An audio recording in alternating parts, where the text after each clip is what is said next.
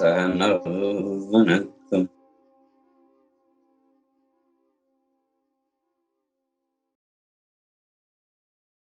तेजस्विनावधीतमस्तु मा विद्विषावहै। ॐ शान्ति शान्ति शान्तिः। शङ्करं शङ्कराचार्यं केशवं बादरायणम् सूत्रभाष्य कृतौ वन्दे भगवन्तौ पुनः पुनः।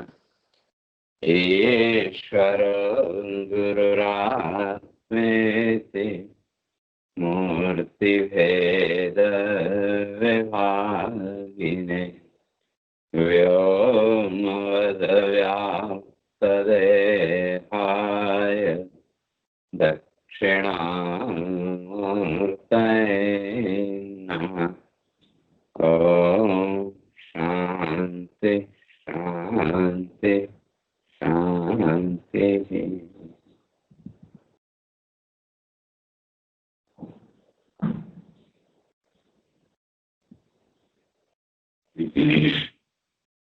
तो विचार चल रहा था।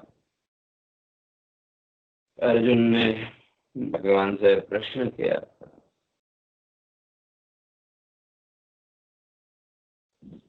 भगवान जैसी चेत कर्मणस्ते मता बुद्धि जनार्दन। तो जो अर्जुन की बात समझ में आई वही अर्जुन कहता है, भगवान आपके उपदेश से मुझे यह समझ में आया कि कर्म योग की अपेक्षा ज्ञान योग श्रेष्ठ है। और फिर आप मुझे कर्म योग में क्यों जोड़ रहे हैं? युद्धाय कृत निश्चय, कि तुम युद्ध का निश्चय करो, तो भगवान ने कहा। और धर्मांधे युद्धा श्रेय अन्य क्षत्रिय से न विद्यते। अब पीछे भगवान इस बात को स्पष्ट करके आए थे कि जो क्षत्रिय है यदि उसके लिए युद्ध से बड़ा धर्म और कुछ नहीं है। तो तब अर्जुन कह रहा है कि जब ज्ञान योग श्रेष्ठ है तो फिर आप मुझे कर्म में क्यों लगा रहे हैं? व्यामिश्रेणेव वाक्येन बुद्धिं मोहयति मे तदेकं वद निश्चित्य येन श्रेयोऽहम् आप्नुयाम्। तो इसलिए वो कहता है कि आप मेरी बुद्धि को और ज्यादा भ्रमित मत करो। तद एकम वद निश्चित्य, इन दोनों में से एक निश्चय रूप से एक की बात करो कि जिसके द्वारा मैं श्रेयोऽहम् आप्नुयाम्, मैं उस मोक्ष की स्थिति तक पहुंच सकूं। तो तब उसका प्रश्न का उत्तर, उसकी शंका का समाधान करते हुए भगवान स्पष्ट कर रहे हैं कि लोकेस्मिन् द्विधा निष्ठा पुरा प्रोक्ता मया नघ। भगवान कह रहे हैं कि वह अर्जुन जैसा तुम समझ रहे हो ऐसा कुछ नहीं है।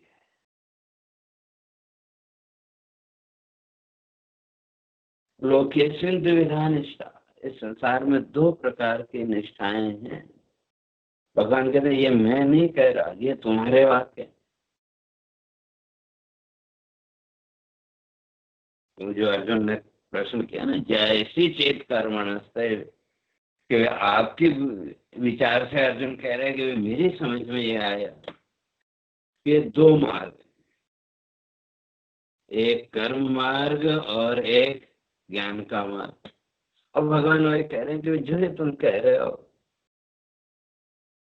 लोकेस्मिन् द्विधा निष्ठा, इस संसार में दो प्रकार की निष्ठा है, जो ये तुम कह रहे हो। भगवान कह रहे मैं नहीं कह रहा, तुम कह रहे हो। पूरा प्रवक्ता माया, मेरे द्वारा पहले कही गई। इसे अनघ, अनघ यहाँ अर्जुन का संबोधन है। तो इसलिए कहने का अर्थ भगवान का कि अगर ये दो निष्ठाएं अलग अलग मान भी लो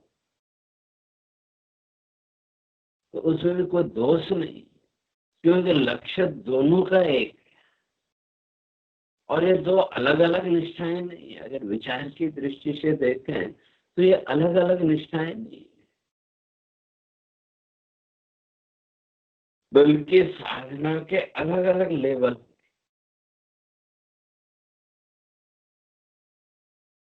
आगे भगवान स्पष्ट करेंगे। तो जो जहां का अधिकारी है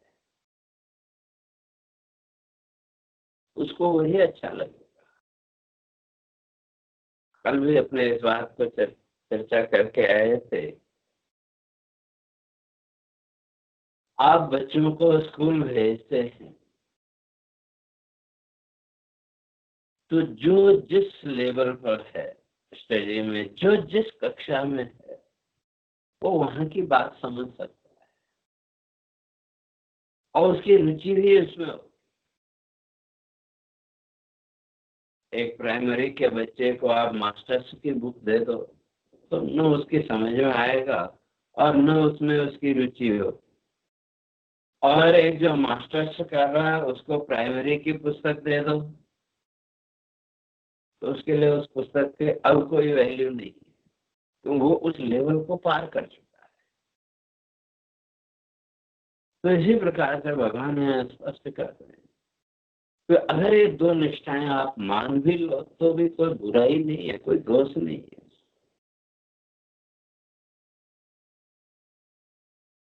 लेकिन भगवान कहते हैं ये मेरा कहना नहीं, ये तुम्हारा कहना है। अर्जुन को कह रहे तुम ये मान रहे हो कि द्विधा निष्ठा, इस संसार में दो प्रकार की निष्ठा है, मैं नहीं कह रहा।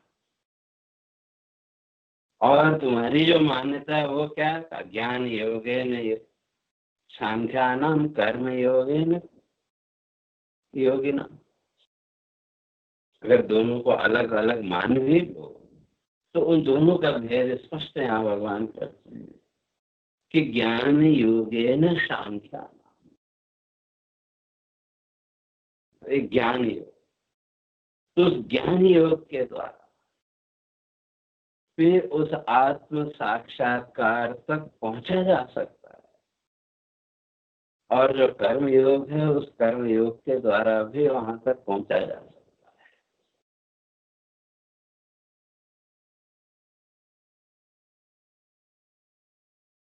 तो कर्म और भक्ति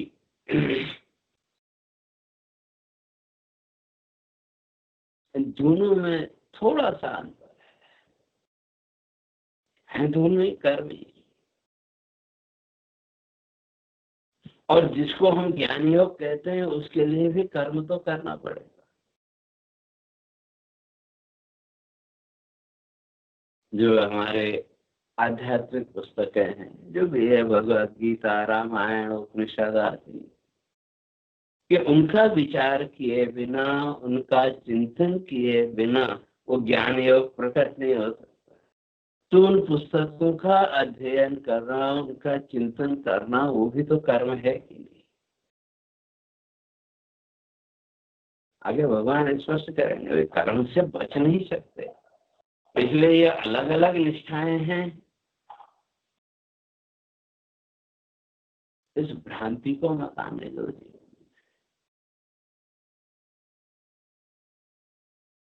क्योंकि लक्ष्यार्थ दोनों का है, दोनों अलग अलग पड़ा।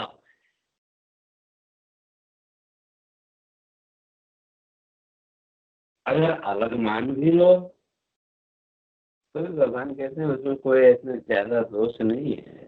तो इसलिए ज्ञान योग है ना सांख्या नाम। तो इसे ज्ञान योग किसके लिए? सांख्या नाम। और सांख्य का अर्थ सांख्य दर्शन के अनुयायी नहीं।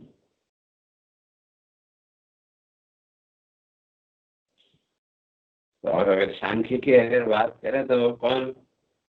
तो सांख्य दर्शन के शुरुआत में इस बात को स्पष्ट किया, दुख त्रया विघाते जिज्ञासा तद अपघात के हेतु। क्योंकि दुख त्रया विघाते जिज्ञासा, इस संसार में जो तीन प्रकार का दुख, आदि भौतिक, आदि दैविक और आध्यात्मिक,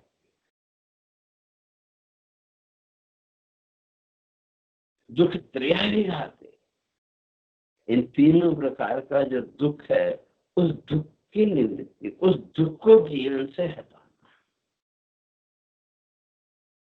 उसमें जिसकी जिज्ञासा है। और किन साधनों के द्वारा, किन कर्मों के द्वारा ये तीन प्रकार का जो दुख है, उस दुख की निवृत्ति हो सकती है।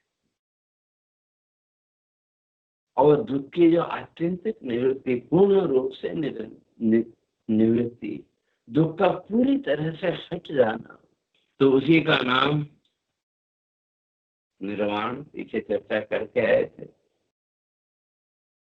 दूसरे अध्याय के अंतिम श्लोक में इस बात को स्पष्ट किया था। ऐसा ब्राह्मे स्थिति पार्थ नैनम प्राप्य विमुह्यते स्थित्वा श्याम अंत काले ब्रह्म निर्वाण मृच्छति। ऐसा जो साधक है वो ब्रह्म निर्वाण, उस निर्वाण को प्राप्त हो। और निर्वाणम वाणी दुखम, दुख की निवृत्ति पूर्ण रूप से। तो इसलिए सांख्यानाम ज्ञान योग, जो शांति, जो इस जीवन में इन दुखों की पूर्ण रूप से निवृत्ति चाहता है,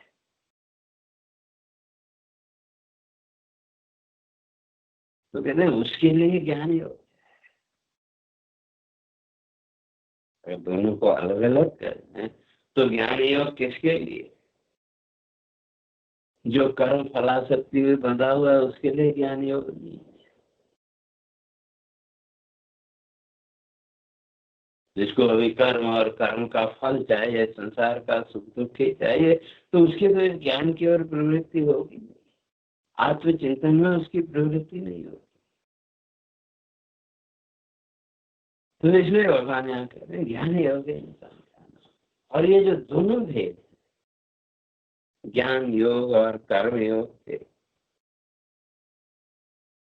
दोनों का लक्ष्यार्थ, दोनों का उद्देश्य एक ही है, ब्रह्मनिष्ठा। ज्ञान योग का भी उद्देश्य है हमारे अंदर उस ब्रह्मनिष्ठा को, ब्रह्म भाव को मजबूत करना। और जो कर्म योग है, कर्म योग का भी उद्देश्य वही है। कल इस बात को स्पष्ट करके आए थे कि हमने तो जीवन के प्रत्येक कर्म को इस संसार के फल के साथ जोड़ दिया, लेकिन हमारे ऋषियों की जो दृष्टि थी, उनकी दृष्टि में वो फल देना नहीं है। फल तो एक प्रलोभन का हिस्सा है कि व्यक्ति जो अभी तक इस संसार में ही बंधा हुआ है, या इस संसार के कर्म और कर्म फल में ही बंधा हुआ है, उसके सामने स्वर्ग का प्रलोभन सामने रखा। स्वर्ग मिलेगा कि नहीं मिलेगा वो बात की बात है, लेकिन उस स्वर्ग के लालच में ही सही, उस प्रलोभन में ही सही, वो व्यक्ति पुण्य कर्म तो करेगा। और जब पुण्य कर्म करेगा तो पुण्य कर्म अपना काम करेगा। जैसे कल उदाहरण दे के आए थे बच्चे का दवाई का, भाई जब बच्चे को आपने दवा पिलाई, तो जब आपने दवा पिलाई तो बच्चे को दवा से कुछ लेना देना नहीं, उसको खिलौना चाहिए। उसकी दृष्टि कहाँ है? उस खिलौने पर। लेकिन भले ही दृष्टि खिलौने पर हो, जब आपने बच्चे को दवा पिलाई तो दवा अपना काम करेगी कि नहीं? धीरे धीरे इसे अपना काम तो करेगी। तो इसलिए हमारे ऋषि ने वो फल की दृष्टि सामने रखी, क्योंकि जो सामान्य मनुष्य है उसकी जो लौकिक कर्म फल की दृष्टि है वो बहुत दृढ़ है। मैंने पहले भी कई बार कहा, हम अपने जीवन का विश्लेषण करके देखें। हमने शास्त्रों को सुना, पढ़ा, बात समझ में आई, लेकिन जो कर्म फल की दृष्टि है, जो कर्म फल का जो एक लालच है, वो नहीं छूट पाया।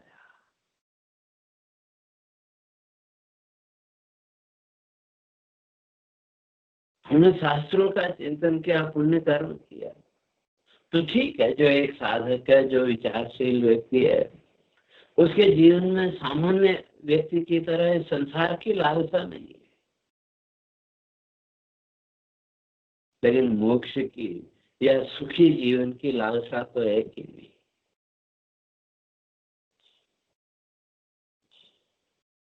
तो हमारे ऋषि इस बात को स्पष्ट करते हैं, भले कोई बात नहीं, अभी चित्त इतना शुद्ध नहीं हुआ, हम तो संसार की लालसा का त्याग नहीं कर सकते।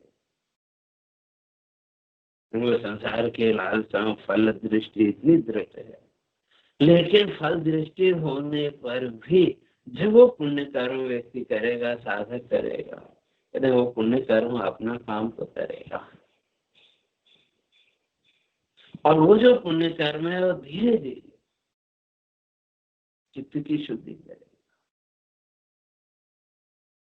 और वो पुण्य कर्म करते करते जैसे जैसे चित्त शुद्धि होती है, वो चित्त शुद्धि धीरे धीरे हमारा जो संसार भाव है, हमारी जो फलाशक्ति का भाव मन में बैठा हुआ है, वो भी धीरे धीरे कम होगा। जैसे ये देखो ना, एक नारियल, तो नारियल का जो फल है, उसके अंदर की गिरी आप लोग उपयोग में लेते हैं, लेकिन वो अंदर का जो गोला है, वो पूरे का पूरा कब निकल सकता है? जब वो नारियल सूखा हो। अच्छा, अगर नारियल हो तो वो नहीं निकलेगा। तो वो जो नारियल का फल है, उसमें क्या हुआ? धीरे धीरे उसके अंदर जो जल अंश था, धीरे धीरे वो पानी भी समय के साथ अंदर, नारियल के अंदर जो पानी है, धीरे धीरे सूखता गया, और वही पानी सूख करके वो गिरी बन गई। तो वो जैसे जैसे वो अंदर का जो जल था वो सूखता गया, उसी अनुपात में जो नारियल का फल है, उसके बाहर जो छिलका है, वो भी सूखता गया। कि समझ लगा? और जब वो बाहर का छिलका पूरी तरह सूख गया, तो अब उसके एक एक रेशे को आप चाहें तो अलग कर सकते, लेकिन ये लंबी प्रक्रिया है। तो इसी तरह से हमारे ऋषियों की यह मान्यता है कि वो जो पुण्य कर्म, वो जो जीव अपना जो कर्तव्य कर्म कर रहा है, तो वो कर्तव्य कर्म क्या करेगा? धीरे धीरे हमारे चित्त को शुद्ध करेगा। अगर हमारी जो चित्त वासना है, वो धीरे धीरे सूखती जाएगी, और वो सूखेंगी कैसे? पहले शायद एक दिन चर्चा करके आए थे कि ये पुण्य कर्म करते करते जब चित्त शुद्ध हुआ, वो चित्त की जो शुद्धि है वो हमको ज्ञान देगी। एकदम से ब्रह्म ज्ञान हो जाएगा ऐसा नहीं, बल्कि कर्म और कर्म फल की अनित्यता का, संसार के जितने भी कर्म, ये सारे कर्म भी अनित्य, और इन कर्मों का जो फल है, कर्म फल भी अनित्य। जिस दिन ये बोध हो गया कि संसार के जितने भी कर्म वो भी अनित्य, और उन कर्मों का जो फल है वो भी अनित्य, जैसे यूं समझो माताएं भोजन तैयार करती और उस भोजन को तैयार करने में कितना समय लगा, घंटा 2 घंटा, जिस तरह का भोजन तैयार करना उस हिसाब से समय तो लगा। और सुबह आपने खाना खा लिया, पेट भर गया, तृप्त हो गए, कहते नहीं तृप्त हो गए, लेकिन फिर सायंकाल को या अगले दिन फिर उतना ही परिश्रम करना पड़ा के लिए, लेकिन उसका जो फल है वो कितनी देर वास्तव में,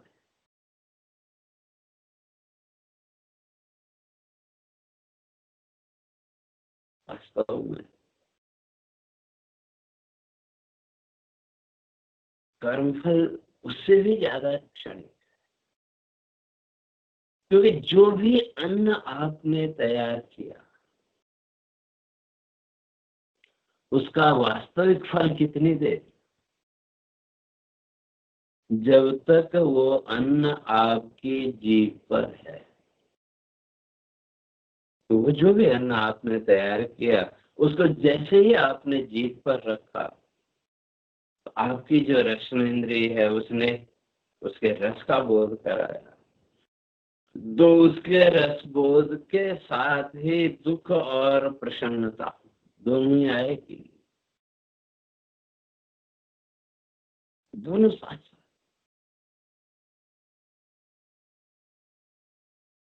हाँ, जैसा आप स्वाद चाहते थे, जैसा उसका चाहते थे, अगर वैसा बन गया तो प्रसन्नता का हुआ, और अगर कहीं थोड़ा कमी रह गई, कुछ रहा, नमक ज्यादा हो गई, मिर्चा ज्यादा हो गया या कम हो गई, तो उस समय देखो प्रसन्नता और दुख दोनों साथ।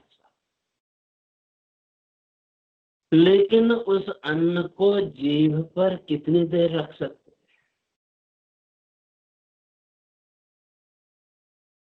तो कर्म भी क्षणिक, और उस कर्म का जो फल है वो तो उससे भी ज्यादा क्षणिक। जिस दिन वो पुण्य कर्म करते करते चित्त शुद्ध होते होते थोड़ा शुद्ध हुआ, तो ये जिस दिन बोध हमारे अंदर जागृत हुआ, तो कर्म और कर्म फल की अनित्यता का ज्ञान, तो ये कर्म और कर्म फल की अनित्यता का ज्ञान हमारी जो आंतरिक इच्छा है, पीछे इच्छाओं की चर्चा करके आए थे कि व्यक्ति के जीवन में 3 प्रकार की इच्छाएं शास्त्रकारों ने मानी। एक बाह्य इच्छा, घर परिवार आदि को लेकर के, इस संसार को लेकर के, और दूसरी आंतरिक इच्छा, कर्म जातम, कोई कर्म आपने किया तो उस कर्म के फलस्वरूप प्रकट होने वाली जो इच्छा वो आंतरिक इच्छा, और ये दोनों मिलकर के कहते हैं स्वप्न है। तो ये जो हमारी आंतरिक इच्छाएं हैं, अब इसको आंतरिक इच्छा कहें या चित्त वासना कहें, बातें की, तो वो पुण्य कर्म करते करते धीरे धीरे हमारी जो चित्त वासना है, हमारी जो आंतरिक इच्छा है, वो धीरे धीरे क्या होंगे, वो कम होंगे। और जैसे जैसे हमारी चित्त वासना कम होगी, उसी अनुपात में हमारी बाह्य इच्छाएं भी सूखती जाएंगी, निवृत्त होती जाएंगी। वही नारियल के फल की,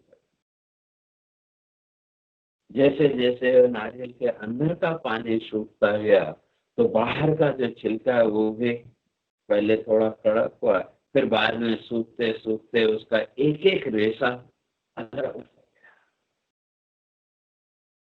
वह इसी तरह से वो पुण्य कर्म करते करते जब चित्त शुद्ध होगा, तो वो चित्त की शुद्धि का अर्थ है हमारी जो अंतर वासनाएं, हमारे चित्त में बैठी हुए अनेक जन्मों के संसार भोग की जो वासनाएं, वो धीरे धीरे वो भी सूखती जाएगी, उनकी निवृत्ति होती जाएगी ज्ञान के द्वारा।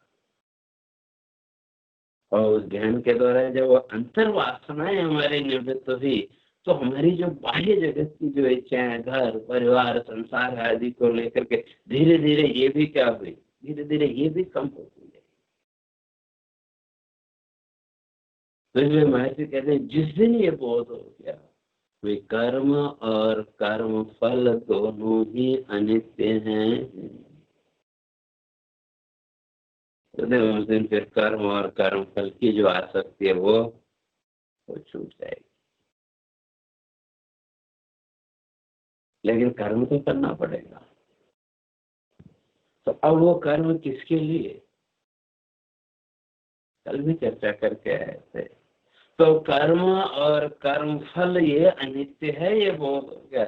लेकिन जो कर्म फल देने वाला है उसको जानने की जिज्ञासा, अब उसको जानने की इच्छा पैदा होती तो उसी का नाम भक्ति। और वो इच्छा फिर धीरे धीरे उस आत्मबोध तक ले जाएगी। क्रमशः वो चर्चा करते चलेंगे। तो यहाँ भगवान ये कह रहे हैं कि भाई ये जो ज्ञान योग और कर्म योग है,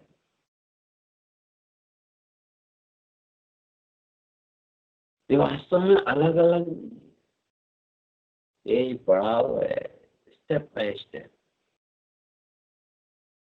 और जो जैसा अधिकारी है, जिसकी जैसी योग्यता है, उसकी रुचि भी वही हो। तो जो ज्ञान योग है तो वो किसके लिए कहते हैं, सांख्या नाम।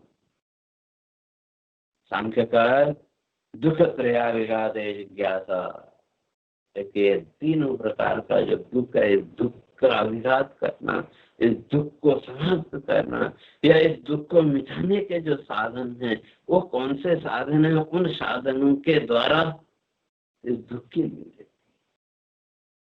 लेकिन उस दुख की निवृत्ति के साथ साथ चित्त शुद्धि भी होती जाएगी। इसलिए सांख्यानाम, तो कौन सांख्या, सम्यक्षानम। तो अब उस चित्त शुद्धि के बल के द्वारा तो जो संसारासक्ति है वो पुण्य कर्म करते करते और संसार की आसक्ति भी निकल गई।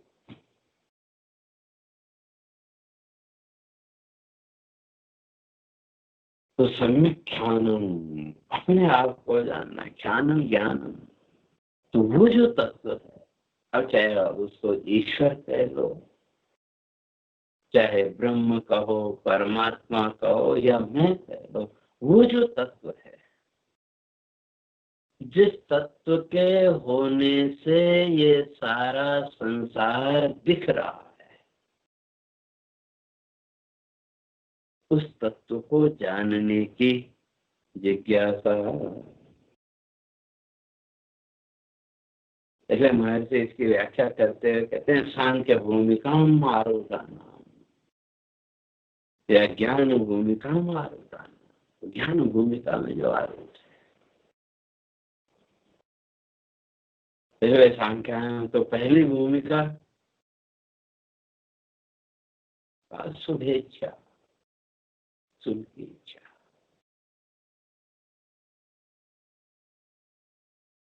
ये जो ज्ञान योग है, तो उसके द्वारा पहले भगवान इस बात को स्पष्ट करके आए, उस ज्ञान योग तक हम कैसे पहुंचे। तो भगवान ने कहा था कि तानि सर्वाणि संयम्य युक्त आसीत मत्परः। तो तानि सर्वाणि संयम्य, उन सबका संयमन कर, अर्थात ये जो हमारे चित्त की आंतरिक और बाह्य वृत्तियां हैं, इन सबका संयमन। और वो संयमन जब तक कर्म और कर्म फल की अनित्यता का ज्ञान हमारे अंदर से प्रकट नहीं होगा, तब तक वो संयम संभव नहीं। जबरदस्ती आप थोड़ा बहुत देर कर सकते, लेकिन वास्तविक जो संयम है वो तो उस ज्ञान के द्वारा ही होगा।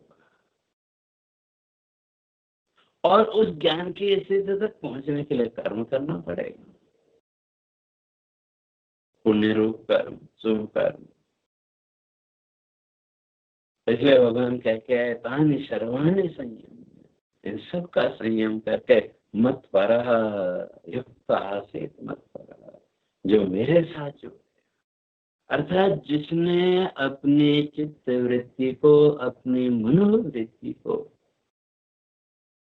धीरे धीरे कर्म योग के द्वारा शुद्ध किया, और शुद्ध करते करते अब उस संसार की ओर दौड़ने वाली जो हमारी मन की वृत्तियां, उन मन की वृत्तियों को नियंत्रित करने के अब सामर्थ्य उसने प्राप्त कर ली। लेकिन वृत्ति को कहीं न कहीं तो लगाना पड़ेगा, खाली रोकने से काम नहीं चलेगा। एक नदी के ऊपर आप डैम बनाते हैं, खाली रोकने से काम नहीं चलता, रोकने के साथ साथ वो जो नदी का जल है उसकी निकासी की भी व्यवस्था हमको करनी पड़ती है। आवश्यकता के अनुसार जहाँ जरूर है वहां के लिए उसकी निकासी। तो इसी तरह से भगवान कहते हैं तानि सर्वाणि संयम, उस ज्ञान के द्वारा, अपने चिंतन के द्वारा इनका संयम तो करो, लेकिन साथ ही साथ वो जो मन की वृत्ति है उनको एक दिशा भी देना। तो कहाँ, तो भगवान कहते हैं मत पर, मेरे परायण होता है। वो जो मन की वृत्ति है उनको अभी संसार भाव से ऊपर उठा के उस ईश्वर भाव के साथ जोड़ना। इसलिए जो उस आत्म तत्व को, जो साधक उस ब्रह्म तत्व को जानना चाहते हैं, उसका ज्ञान प्राप्त करना चाहते हैं, उनके लिए ज्ञान योग है। इसलिए चित्त शुद्धि होगी। अब उसमें ध्यान आदि ये सब क्रियाएं उसी ज्ञान योग के लिए। तो इसे बात करें सांख्य भूमिका, मारो नाम सांख्य भूमिका एक एक सीढ़ी आगे बढ़ती।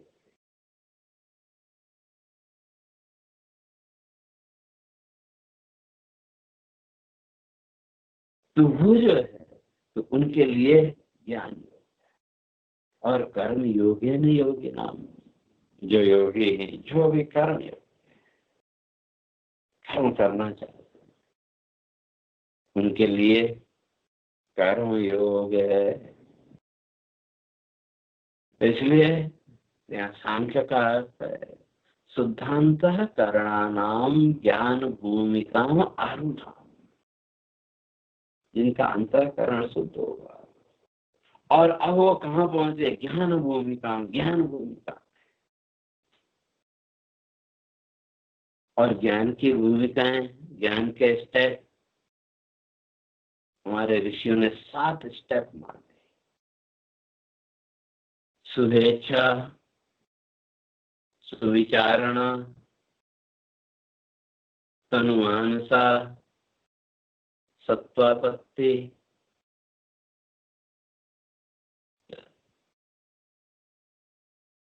शुभेच्छा, सुविचारण, तनुमानसा, सत्वापत्ति, असंशक्ति, पदार्थ भावनी और तुर्य, ये 7 भूमिकाएं ज्ञान की मानी। तो इसलिए वो जो साधक है जो ज्ञान योग से जुड़ा, कहते ये 7 भूमिकाओं में एक एक सीढ़ी करके आगे उसको बढ़ना पड़ेगा। लेकिन यहाँ कर्मयोग छूट गया है ऐसा नहीं है, कर्मयोग तो यहाँ भी है, कर्म तो यहाँ भी करना पड़ेगा। तो इसलिए ये ज्ञान निष्ठा और कर्म निष्ठा दोनों अलग अलग हैं ऐसा नहीं, फल की दृष्टि से दोनों अलग है। अगर कर्म निष्ठा में ये व्यक्ति बढ़ा हुआ है, उसे आगे बढ़ना ही नहीं चाहता है, तो फिर वही संसार के जन्म मृत्यु के बंधन में बंधेगा।